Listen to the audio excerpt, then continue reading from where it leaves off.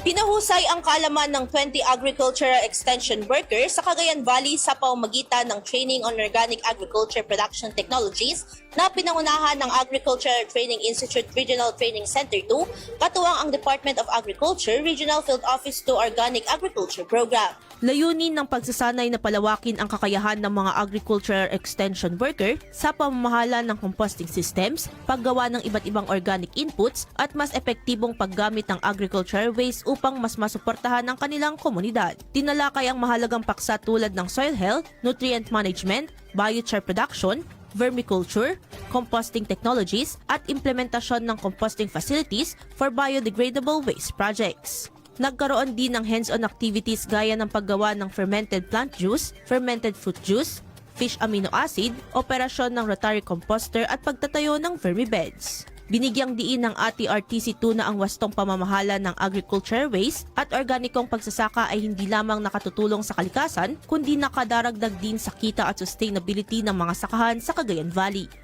Idol, nanuluyo ba tumihina ang elasticity o pagbanat ng balat? Bumababa ang fat levels sa ilalim ng balat, gayon din ang collagen availability sa katawan? Kaya naman 50 pa lang mukha ay kulubot na. Para mapigilan ang mabilis na pagtanda, mag-DTX 500 na. Pinaparami ang cell regulators gaya ng retinols, peptides at growth factors para sa collagen metabolism and production. Sa DTX 500, hindi lang balat mo ang magiging makinis kundi ang selula ng iyong buong katawan. Para maging healthy, mag-DTX 500 palagi. Para sa IFM News, ako si Idol Sena Marie Akdang, Idol! IFM News.